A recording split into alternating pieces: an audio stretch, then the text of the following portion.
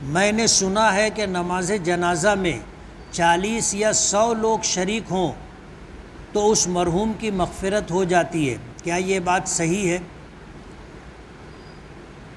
حدیث پاک میں آتا ہے کہ کسی مسلمان کا انتقال ہو جائے اور اس کی نماز جنازہ میں 40 لوگ شریک ہوں، اور یہ ایسے لوگ ہوں جو شرک نہیں کرتے،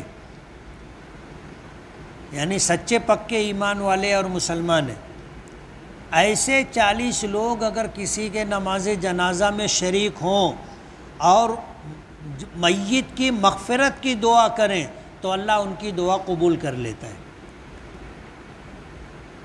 حضرت عبداللہ ابن عباس رضی اللہ تعالی عنہ کے متعلق آتا ہے کہ ان کے ایک بیٹے کا انتقال ہو گیا تھا۔ وہ مکہ مکرمہ کے قریب کسی گاؤں میں رہتے تھے۔ جب ان کا جنازہ تیار ہو گیا تو عبداللہ ابن عباس رضی اللہ تعالی عنہ نے اپنے غلام سے، آزاد کردہ غلام سے پوچھا کہ دیکھو کتنے لوگ جمع ہوئے۔ وہ باہر گئے، جا کر کے دیکھا تو بہت لوگ جمع ہو گئے تھے، تو آ کر کہا کہ حضرت بہت لوگ جمع ہو گئے۔ تو انہوں نے پوچھا کہ 40 ہوں گے؟ ہاں، بولے 40 سے زیادہ لوگ ہیں۔ بولے ٹھیک ہے، پھر میت نکالو۔ اور پھر فرمایا کہ میں نے اپنے آقا جناب رسول اللہ صلی اللہ علیہ وسلم سے سنا ہے کہ کسی مسلمان کے نماز جنازہ میں 40 ایسے مسلمان شریک ہوں جو شرک نہیں کرتے، اور وہ اس کی مغفرت کی سفارش کریں، اللہ ان کی سفارش قبول کرتا ہے۔ 4 رکعت والی نماز اگر مقتدی کو آخری رکعت ملے تو مقتدی 3 رکعت کس طرح مکمل کرے، تفصیل سے بتائیں۔ اگر کسی کو امام کے ساتھ آخری رکعت ملی، اب یہ آخری رکعت 2 رکعت نماز کی بھی ہو سکتی ہے، 3 رکعت نماز کی بھی ہو سکتی ہے، 4 رکعت نماز کی بھی ہو سکتی ہے۔ جیسے فجر میں آخری رکعت ملی، مغرب میں آخری رکعت ملی، یا ظہر عصر عشاء میں آخری رکعت ملی، تو امام کے ساتھ 1 رکعت ملی۔ اب ظاہر بات ہے امام کے ساتھ ہے تو سلام پھیرنے تک امام کے تابع ہے۔ وہ جب امام کے ساتھ قاعدہ میں بیٹھے گا تو یہ اس کا قاعدہ اخیرہ نہیں ہے، امام کا قاعدہ اخیرہ ہے۔ وہ سلام پھیرے گا، نماز مکمل کرے گا، لیکن جس کو آخری رکعت ملی ہے اس کی نماز مکمل نہیں ہو رہی ہے، اور یہ جو قاعدہ ہے یہ قاعدہ آخری قاعدہ نہیں ہے اس کے لیے، تو یہ صرف التحیات پڑھے گا اور خاموش رہے گا، درود شریف اور دعائے معصورہ نہیں پڑھے گا۔ التحیات پڑھ کے خاموش بیٹھے گا، امام سلام پھیر دے گا تو یہ اللہ اکبر کہہ کر کے اپنی بقیہ نماز پوری کرنے کے لیے کھڑا ہو جائے گا۔ اب جب کھڑا ہوگا تو جو اپنی نماز شروع کر رہا ہے یہ اس طرح پڑھے گا جس طرح نماز شروع کرتے ہیں ہم، تو پہلی رکعت کیسے شروع کرتے ہیں؟ ہم پہلے ثنا پڑھتے ہیں، پھر اعوذ باللہ بسم اللہ پڑھتے ہیں، پھر سورہ فاتحہ پڑھتے ہیں، پھر کوئی سورت پڑھتے ہیں۔ اسی طرح ہم امام کے سلام پھیرنے کے بعد کھڑے ہوں گے اور اس طرح نماز شروع کریں گے جیسے ہم پہلی رکعت پڑھ رہے ہیں۔ یہ ہماری پہلی رکعت ہے، امام کے ساتھ جو ہم کو رکعت ملی ہے وہ آخری ہے، وہ آخری ہے۔ اب ہم شروع سے پڑھیں گے پہلی رکعت، اس کے بعد دوسری رکعت جو رہے گی وہ بسم اللہ، سورہ فاتحہ اور اس کے بعد دعا سورت۔ اب یہ 2 رکعت ہو گئی، اس کے بعد تیسری رکعت ہے اور ہماری فرض نماز ہے تو ہم اس میں صرف سورہ فاتحہ پڑھیں گے، اور آخری رکعت تو ہم امام کے ساتھ پڑھ چکے، یہ ہماری 4 رکعت ہو گئی، سلام پھیر دیں گے۔ کیا موبائل میں دیکھ کر قرآن مجید پڑھ سکتے ہیں؟ بعض لوگ کہتے ہیں کہ نہیں پڑھنا چاہیے۔ قرآن کریم کا احترام ضروری ہے، اور اس احترام کا تقاضا یہ ہے کہ ہم اگر بیٹھ کر پڑھ رہے ہیں تو قرآن پاک لے کر کے پڑھیں، باوضو ہوں، قبلہ رخ ہوں، احترام سے بیٹھ کر کے قرآن پاک پڑھیں، لیکن اس کا یہ مطلب نہیں ہے کہ ہم موبائل میں دیکھ کر قرآن پاک نہیں پڑھ سکتے۔ جیسے ہم قرآن شریف میں دیکھ کر کے پڑھ رہے ہیں، اسی طرح ہم موبائل میں بھی دیکھ کر کے پڑھ سکتے، منع نہیں ہے۔ کوئی اگر یہ کہتا ہے کہ ایسا نہیں کرنا چاہیے تو اس کی بات درست نہیں۔ ایک شخص کئی سالوں سے سعودی عرب ریاض میں رہتا ہے، وہ کچھ دنوں پہلے طائف زیارت کے لیے آیا اور زیارت کر کے طائف سے واپس ریاض چلا گیا، تو کیا اس شخص پر دم ہوگا؟ کیونکہ وہ مکہ آ کر بغیر طواف اور بغیر سعی کیے چلا گیا، کیونکہ طائف میقات ہے۔ اگر کوئی شخص مکہ مکرمہ جانے کی نیت کر کے اپنے مقام سے چلے، جیسے یہ شخص ریاض میں رہتا ہے، ریاض سے اگر مکہ آنے کی اس کی نیت ہے تو راستے میں جو میقات پڑے گا اس میقات سے عمرے کا احرام باندھنا اس کے لیے ضروری ہے۔ بغیر احرام باندھے مکہ نہیں جا سکتا۔ وہ عمرے کا احرام باندھ کے جائے گا، عمرے کی نیت سے بیت اللہ کا طواف کرے گا، عمرے کی نیت سے صفا مروہ کی سعی کرے گا، سر منڈائے گا یا بال کٹوائے گا، احرام سے فارغ ہو جائے گا۔ لیکن اگر کوئی مکہ مکرمہ آنے کی نیت نہیں کیا، اس کو جدہ آنا ہے یا اس کو طائف آنا ہے، چاہے کسی بھی غرض سے زیارت کے لیے آیا ہو یا کاروباری ارادے سے آیا ہو، تو اس کے لیے عمرے کا احرام باندھنا ضروری نہیں ہے، اس لیے کہ یہ مکہ جا ہی نہیں رہا ہے۔ اگر مکہ جاتا تو اس کے لیے عمرے کا احرام لازم ہوتا، لیکن یہ مکہ جا ہی نہیں رہا، یہ تو طائف آیا ہے، یہ تو جدہ آیا ہے، اس لیے اس کے اوپر عمرہ نہیں ہے۔ یہ اگر بغیر عمرہ کیے گیا تو اس پر دم نہیں ہوگا۔ مالیگاؤں میں رہتے ہوئے مکہ مدینے میں قربانی کیسے کریں، کیا صورت ہوگی؟ جو لوگ حج کے لیے جا رہے ہیں، ان میں جن کے اوپر آپ کو اعتماد ہو، بھروسہ ہو، ایسے آدمی کو آپ قربانی کا پیسہ دے دیں، یہ وہاں جا کر کے جانور خریدے گا، قربانی کر دے گا، اس طرح قربانی ہو جاتی ہے۔ حج عمرے کی حاضری کا وظیفہ بتائیں۔ اللہ تعالیٰ سے دعا کرتے رہنا چاہیے، اور انشاءاللہ دل میں سچی تڑپ ہوگی تو دعا قبول ہوگی۔ کچھ لوگ مکہ اور مدینہ جا کر بھی جماعت سے نماز نہیں پڑھتے، یہ تو محرومی کی بات ہے۔ ظاہر بات ہے وہ لوگ جو مکہ مکرمہ اور مدینہ منورہ میں رہتے ہیں، یہ وہ اللہ تعالیٰ کے چنندہ بندے ہیں جنہیں اللہ نے یہاں رہنے کی سعادت عطا کی۔ مکہ مکرمہ جہاں اللہ کا گھر ہے اور حدود حرم میں ہے مکہ مکرمہ، آدمی اگر ایک نیکی کرے گا تو وہ نیکی 1,00,000 نیکیوں کے برابر ہے۔ اب اگر کسی شخص کو اللہ پاک نے حرم محترم میں یا حدود حرم میں کسی مسجد میں اسے امامت کا موقع دیا تو یہ اس کے لیے بہت بڑی سعادت کی بات ہے۔ اس کی ایک نماز 1,00,000 نمازوں کے برابر ہوگی۔ اگر یہ آدمی اللہ کو پسند نہیں ہوتا تو اللہ اس کو وہاں امامت پر نہیں رہنے دیتا۔ ہم کو اگر کوئی آدمی پسند نہ ہو کسی شرعی وجہ سے تو ہم اس کے پیچھے نماز پڑھتے ہیں، اور اگر ہمیں اختیار ہو تو کیا ہم اس کو امامت پر رہنے دیں گے؟ نہیں رہنے دیں گے۔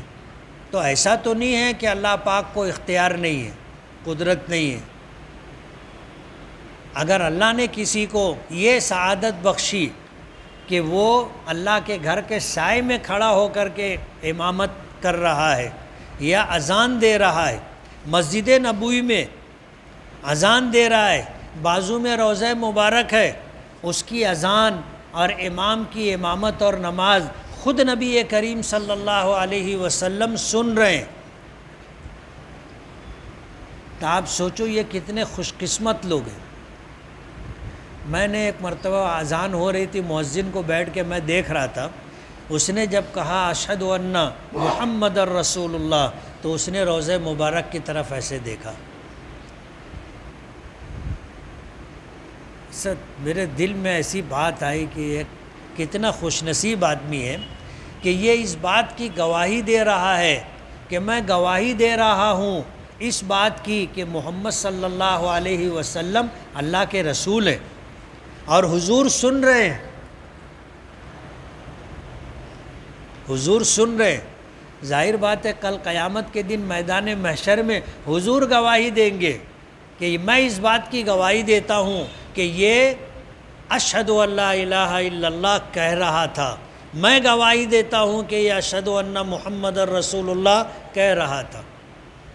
ایسے لوگوں کے پیچھے نماز نہ پڑھنا محرومی کی بات ہے.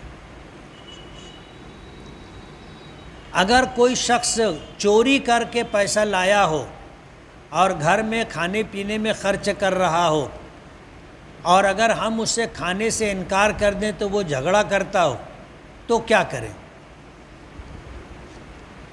ظاہر بات ہے جب آپ کو پتہ ہے کہ یہ چوری کر کے لایا ہے تو وہ چوری کا مال حرام ہے، وہ اس کا مالک نہیں ہے، اور اگر وہ کھانے پینے پر خرچ کر رہا ہے تو آپ کو نہیں کھانا چاہیے. اور اگر جھگڑا کرتا ہو تعلق ختم کر لو، ایسے آدمی سے تعلق نہیں رکھنے کا اور قطع رحمی کا گناہ نہیں ہوگا. کیا IPL دیکھنا گناہ ہے؟ وقت کی بربادی ہے، بہتر یہ ہے کہ نہ دیکھیں. ہماری جامع مسجد میں جمعہ کی نماز کے لیے کچھ مصلی جلدی آتے ہیں اور 4 سے 5 لوگوں کی جگہ پر ٹوپی رومال رکھ کر جگہ چھینک لیتے ہیں، اور جن کے لیے جگہ چھینکتے ہیں وہ 12:30 یا پون بجے آتے ہیں. تو اس طرح لوگوں کے لیے جگہ چھینکنا کیسا ہے؟ مناسب نہیں. مسجد اللہ کا گھر ہے، اور جو پہلے آئے گا وہ حقدار ہے. اب جن کے لیے تم نے جگہ چھینک لی وہ دیر سے آ رہے ہیں اور دوسرے لوگ پہلے سے آ گئے، تو یہ حقدار ہیں، آپ ان کا حق مار رہے ہیں. ایسا نہیں کرنا چاہیے. گلی محلے میں چوہوں کی کثرت ہو گئی ہے جس سے بہت نقصان ہو رہا ہے. تو کیا چوہوں کو کم کرنے کے لیے چوہا مار دوائی گھر وغیرہ میں ڈال سکتے ہیں؟ ڈال سکتے ہیں. اس میں یہ بھی ہے کہ اگر نہ ماریں اور زندہ چوہا کہیں لے جا کر کے پھینکیں تو وہاں والے جہاں یہ چوہا پھینکا جا رہا ہے لوگ زندہ چوہا نہیں پھینکنے دیتے. تو اس میں ایسا لکھا ہے کہ گرم پانی ڈال کر کے کیا چوہے کو مار سکتے ہیں؟ اس کی اجازت نہیں. آپ چوہے کو مارو، اس کو مارنے کی اجازت ہے، لیکن جلا کر کے گرم پانی ڈال کر کے مارنے کی اجازت نہیں. قضائے عمری سے متعلق کچھ رہنمائی فرمائے. ہماری جو نمازیں فرض نمازیں اور واجب چھوٹ گئی ہیں، زندگی میں اس کو پڑھ لینا قضائے عمری کہلاتا ہے. اگر ہمیں معلوم ہو کہ ہماری فلاں دن کی فجر کی نماز چھوٹ گئی تھی تو اس کی قضا کرنے کے لیے ہم کو نیت کرنی پڑے گی کہ پچھلے ہفتے میں پیر کے دن کی فجر کی نماز کی قضا کر رہا ہوں.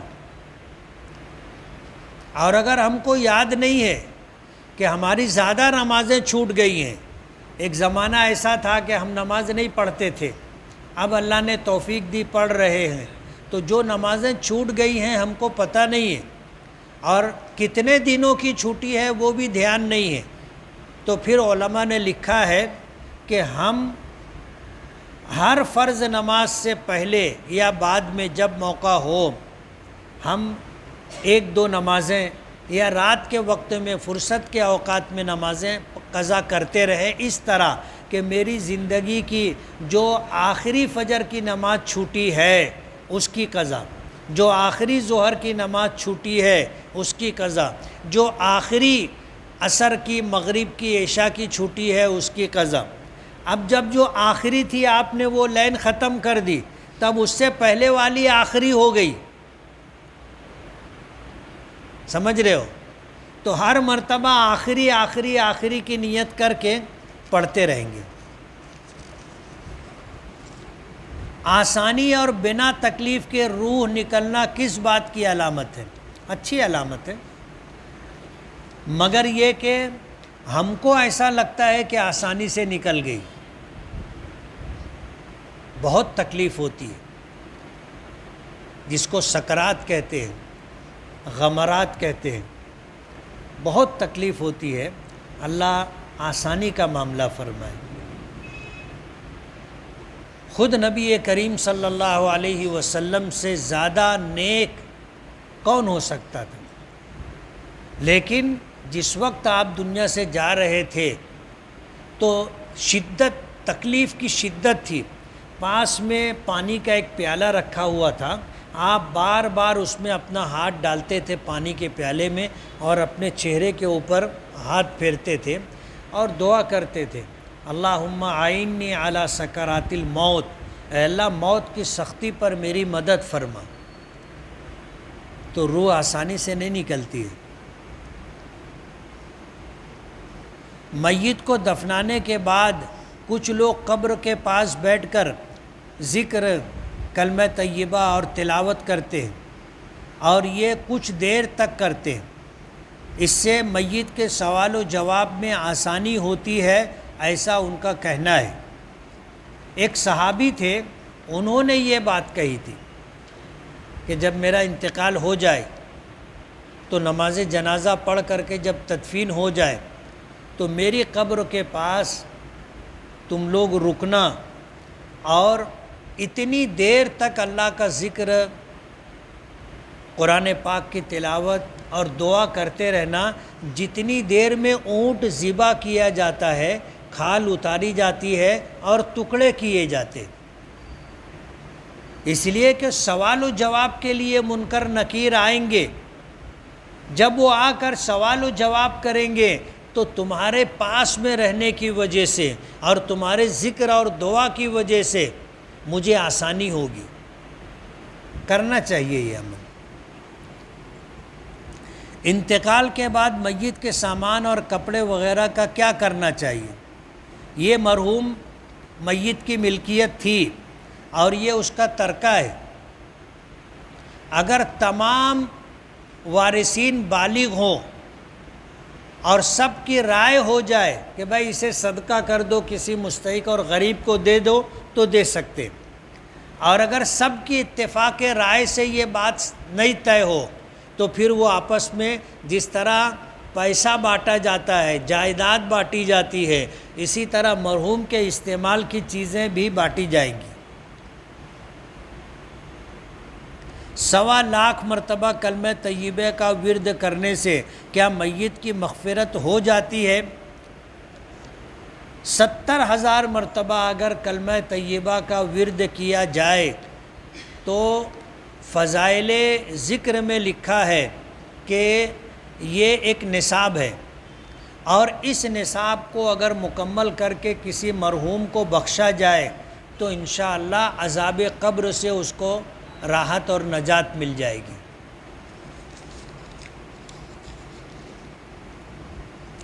اگر کسی کو نماز جنازہ پڑھنی نہیں آتی کہ کب، کہاں اور کیا کیا پڑھنا ہے، وہ بس میت کی مغفرت کے لیے جنازے کی نماز میں شامل ہو گیا تو یہ کیسا ہے؟ نماز ہو جائے گی۔ نماز جنازہ میں 4 تکبیر فرض ہے، آپ چاروں تکبیر کہہ لیے نماز ہو گئی، لیکن نماز جنازہ اس لیے پڑھی جاتی ہے کہ میت کے لیے دعا کرنا ہے، تو اس میں کم سے کم میت کی مغفرت کی دعا تو ہونی چاہیے۔ نکاح میں سنت مہر کیا ہے اور کتنا دینا چاہیے؟ آج فی الحال جو مہر دیا جاتا ہے وہ کیسا ہے؟ یا پھر نکاح کے وقت کچھ مہر دیا جائے پھر زندگی بھر تھوڑا تھوڑا دیتے رہیں تو کیسا ہے؟ مہر فاطمی دینا چاہیے، یہ نبی کریم صلی اللہ علیہ وسلم کی سنت ہے۔ آپ نے اپنی تمام بیویوں کو جو مہر دیا تھا وہ مہر 500 درہم تھا، اور اپنی چاروں بیٹیوں کا نکاح کیا تو اس میں مہر 500 درہم رکھا تھا۔ حضرت فاطمہ رضی اللہ تعالی عنہ کا جب نکاح حضرت علی رضی اللہ تعالی عنہ سے ہوا تو حضرت علی کے پاس کچھ نہیں تھا، گھر بھی نہیں تھا اور گھر کے سامان بھی نہیں تھے، تو حضرت علی کی زرع بیچ کر کے جو پیسے آئے تھے اس پیسے کو حضور نے حضرت ابو بکر صدیق کو دیا اور کہا کہ اس سے علی اور فاطمہ کے رہنے کا اور گزارے کا انتظام کرو۔ تو حضرت علی رضی اللہ تعالی عنہ کے لیے حضرت ابو بکر صدیق نے رہنے کا انتظام کیا، اور پھر ایک بستر ہے، چکی ہے، پانی کا مشکیزہ ہے اور استعمال کے کچھ برتن یہ خریدے گئے۔ یہ حضرت علی کی زرع بیچ کر کے خریدے گئے تھے، حضور نے پیسہ نہیں دیا تھا، یا حضور نے یہ سامان اپنی طرف سے حضرت فاطمہ کو نہیں دیا تھا کہ ہم کہیں کہ حضور نے جہیز دیا۔ یہ بات جو کہی جاتی ہے یہ غلط ہے۔ حضرت علی کی زرع بیچی گئی تھی اور اس زرع کو بیچ کر کے حضرت علی اور فاطمہ کے لیے رہائش کا، بستر کا، کھانے کے لیے برتن کا، پانی کے لیے مشکیزے اور مٹکے کا انتظام کیا گیا تھا۔ آٹا پیسنے کے لیے چکی لی گئی تھی، لیکن مہر 500 درہم تھا۔ کتنا مہر تھا؟ 500 درہم۔ 1 کلو 633 گرام چاندی، درہم چاندی کا سکہ ہوتا ہے، اور 500 درہم کا وزن ہوتا ہے 1 کلو 633 گرام چاندی۔ آج میرے خیال سے کچھ 2700 روپے میں چاندی ہے، 10 گرام چاندی۔ آپ اگر جوڑو گے تو آپ کو پتہ چلے گا کہ مہر فاطمی کتنا ہوتا ہے۔ یہ تو سنت ہے اور سنت ادا کرنی چاہیے۔ شادی پہ آدمی لاکھوں روپیہ خرچ کرتا ہے، لیکن مہر کے لیے وہی ہوتا ہے 5000، 7000، 10000، 11000، 15000۔ مہر فاطمی رکھنا چاہیے۔ آج جتنا دینا ہے دے دو، نکاح کے وقت ہی پورا مہر دینا ضروری نہیں ہے۔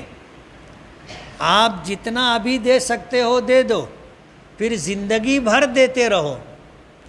ہر ہفتہ جو ہے 100 روپیہ، 200 روپیہ، 500 روپیہ مہر کے نام سے دیتے رہو کہ دیکھ تیرا مہر 2 لاکھ روپیہ ہوا تھا، میں 25,000 دیا تھا، یہ 1,000 کتنا ہو گیا؟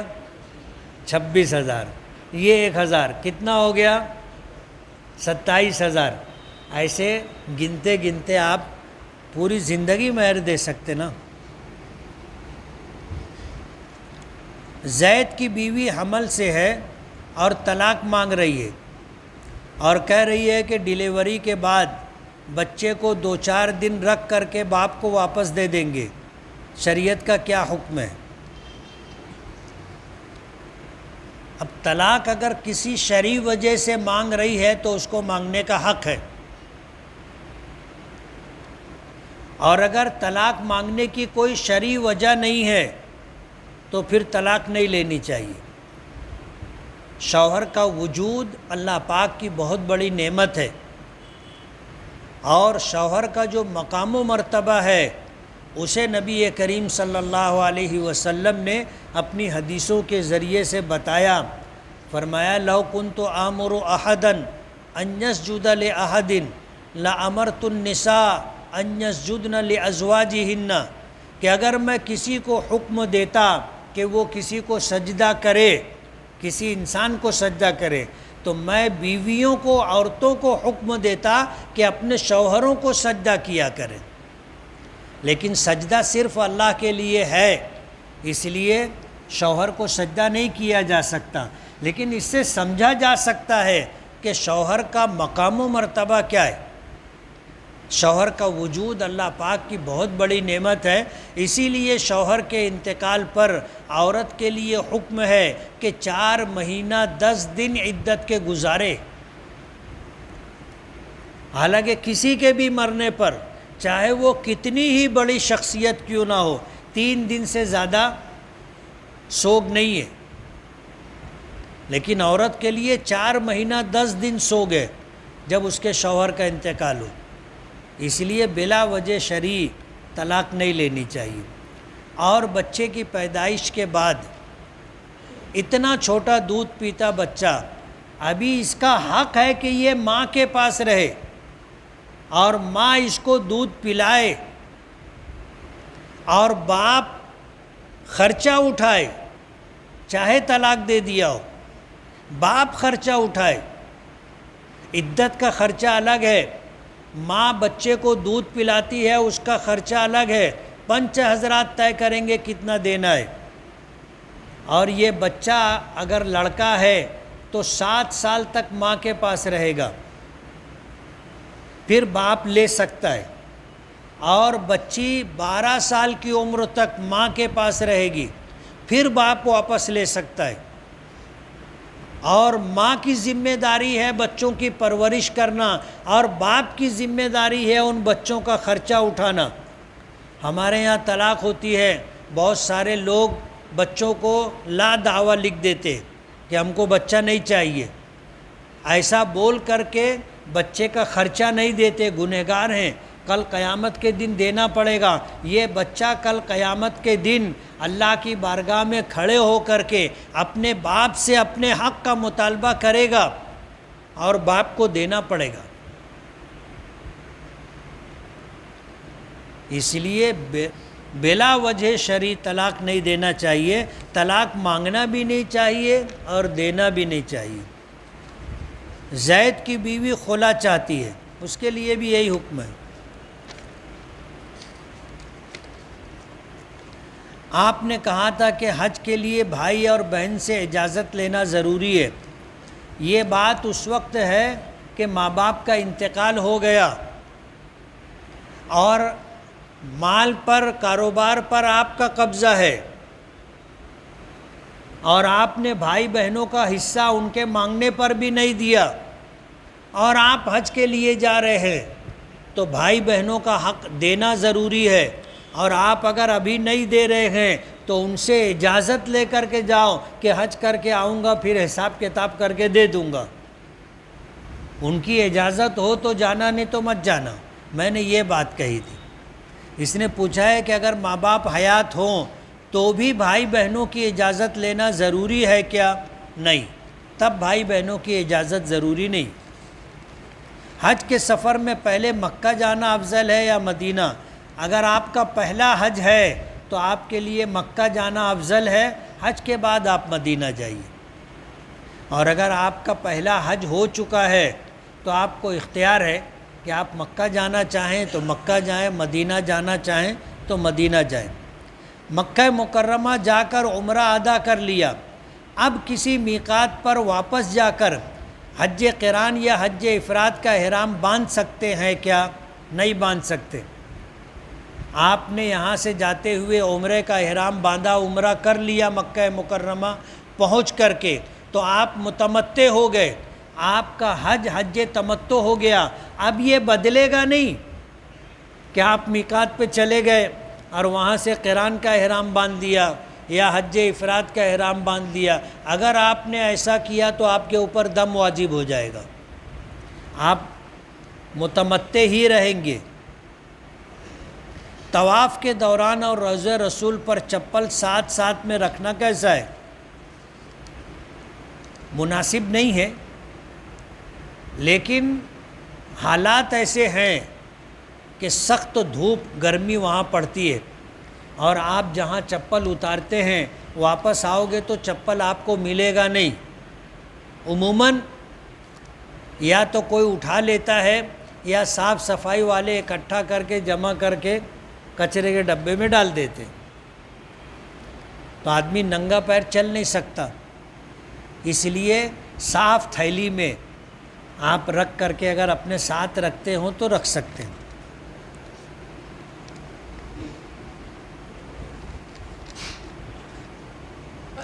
حج بدل کے متعلق مختصر بیان فرما دیں۔ ہم جس چیز کو عرف عام میں حج بدل سمجھتے ہیں یہ حج بدل نہیں ہے کہ حج ہم کر رہے ہیں، پیسہ ہمارا ہے اور ہم کسی کی طرف سے حج کر رہے ہیں، تو یہ حج بدل نہیں ہے، یہ تو ایصال ثواب ہے، یہ ایصال ثواب ہے۔ اس کے لیے آپ کو اختیار ہے کہ آپ جو حج کرنا چاہیں کر لیں، اور جس کے متعلق آپ نیت کر لیں اس کو اللہ پاک ثواب دے دیں گے۔ حج بدل کہتے ہیں کہ کسی شخص کے اوپر حج فرض تھا، ظاہر بات ہے حج فرض ہونے کا مطلب یہ ہے کہ وہ مالدار آدمی تھا اور اس نے حج نہیں کیا، اب اس کے انتقال کا وقت آ گیا تو اس نے وصیت کی کہ میری طرف سے حج کروانا اور حج کا پورا پیسہ میرے ترکے میں سے دینا۔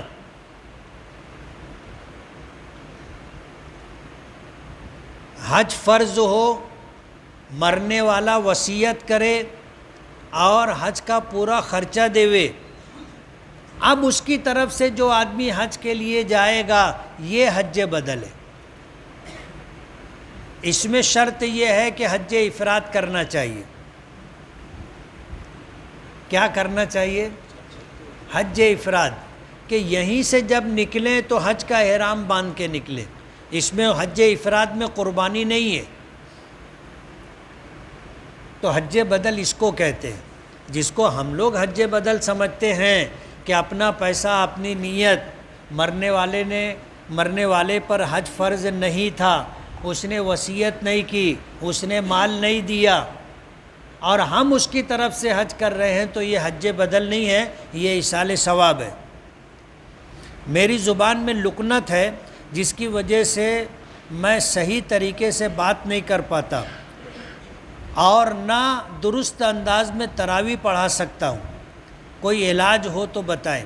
علماء نے لکھا ہے کہ کوئی کنکری لے کر کے دھو کر کے اس کو منہ میں رکھے اور 7 مرتبہ سورہ فاتحہ، ہر مرتبہ بسم اللہ سورہ فاتحہ کے ساتھ ملا کر کے پڑھیں کہ بسم اللہ الرحمن الرحیم الحمدللہ رب العالمین، 7 مرتبہ سورہ فاتحہ اس طرح پڑھیں، پھر وہ کنکر منہ میں سے نکال کر کے جو لعاب کی وجہ سے گیلا ہو چکا ہوگا اس سے بسکٹ پر یا روٹی پر سورہ فاتحہ لکھیں اور وہ بسکٹ یا روٹی کھائیں تو انشاءاللہ لکنت ختم ہو جائے گی۔ اگر نماز میں آیت سجدہ تلاوت کی ہو تو اس کی ادائیگی کا طریقہ کیا ہوگا؟ اگر ہم نے نماز میں کوئی ایسی صورت یا آیت تلاوت کی جس پر سجدے کا حکم ہے تو آیت پڑھیں گے اور اللہ اکبر کہہ کر کے سجدے میں چلے جائیں گے، اس کو مؤخر نہیں کریں گے، اسی وقت سجدہ کر لیں گے۔ لیکن اگر ہم نے مؤخر کیا تو نماز مکمل کرنے سے پہلے نماز ہی میں سجدہ کرنا ضروری ہے۔ اگر ہم نے نماز میں سجدہ نہیں کیا تو گنہگار ہیں، نماز کے باہر جو سجدہ کریں گے وہ اس کا بدل نہیں بنے گا، ایسا علماء نے لکھا ہے۔ اس لیے جب آیت سجدہ پڑھیں اسی وقت سجدے کی تلاوت سجدہ تلاوت کر لیں۔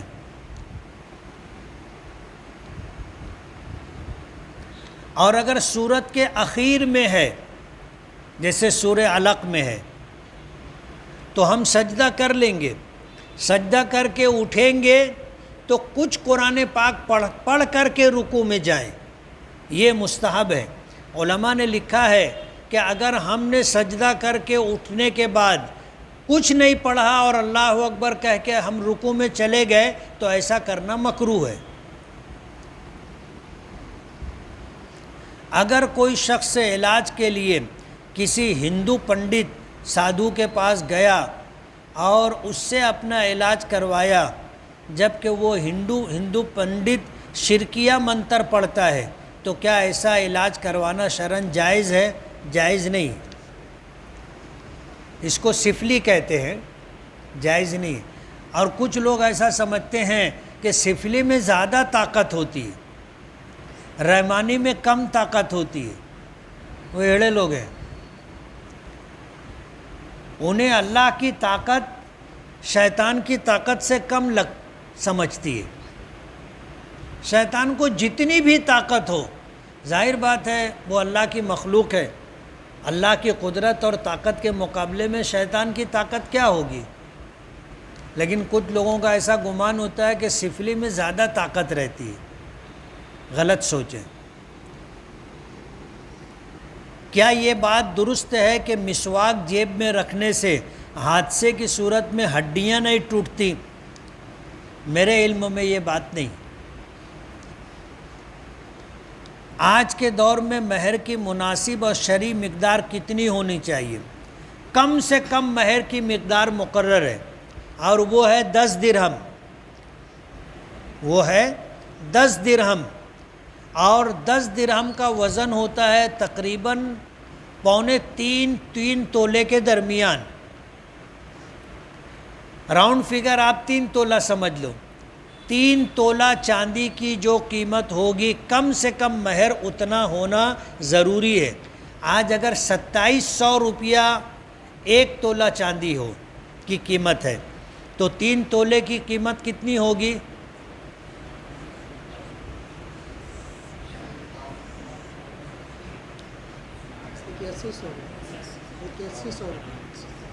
اتنا موٹا حساب نہیں سمجھ میں آتا۔ 8100 روپیہ، اس سے کم مہر نہیں چلے گا، اس سے کم مہر نہیں چلے گا، اس سے زیادہ رکھنا پڑے گا۔ نکاح کے بعد دولہے کا جوتا چرانا کیا کوئی ثواب کا کام ہے؟ اور دلہن کے گھر آ جانے پر آتش بازی کرنا یہ کیسا ہے؟ یہ ایک رسم ہے جوتا چرانے کی، بند ہونی چاہیے، یہ رسم بند ہونی چاہیے۔ اپنے یہاں نکاح ہو اور یہ بات آئے تو آپ منع کر دو کہ یہ رسم نہیں، ختم کرو اس کو، اور آپ بول دو گے تو ختم ہو جائے گی۔ اسی طرح جو ہے جوتا چورائی کے نام پر جو سالے لوگوں کی جیب گرم ہوتی ہے یا سالی لوگوں کی جیب گرم کی جاتی ہے، یہ بھی رسم ہے۔